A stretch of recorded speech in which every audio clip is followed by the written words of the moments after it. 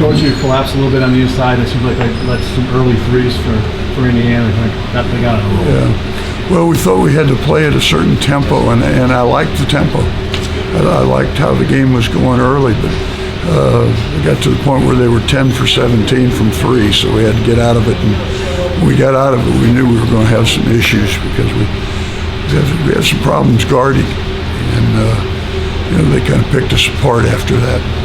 Is it hard with a guy like Blackman to guard someone like Robert Johnson, who's also pretty capable? Yeah, they're all hard to guard. I'll tell you, we didn't have a good matchup out there. Talk a little bit about what can you take away from this game with your team? I thought early in the game the tempo was good. We don't play a lot of teams like Indiana in our leagues, but I think we showed that we can play that tempo if we have to. Hopefully next time we do it, they won't go 10 for 17.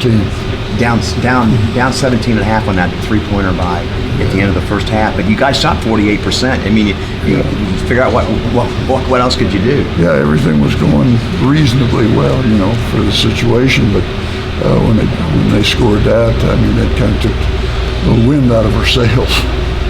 From a personnel perspective, what sort of unique challenges do they provide from a game plan perspective when you look at Indiana? Well, you start with Bryant. He's a handful. We don't see that very often, if at all. And as I said, we didn't have a good matchup out there. That's why we went to the zone. They had OG Anunoby guarding Josh Robinson up top for a little while. How does that disrupt an offense to have that kind of length at the very top? It does. Josh got 21 points, but his shooting wasn't what it normally is, and it was because they've got that length and athleticism to get in his face. I know this is the second straight year you've played Indiana. How would you compare this year's team to last year's team? We were better. We had more of an inside presence last year.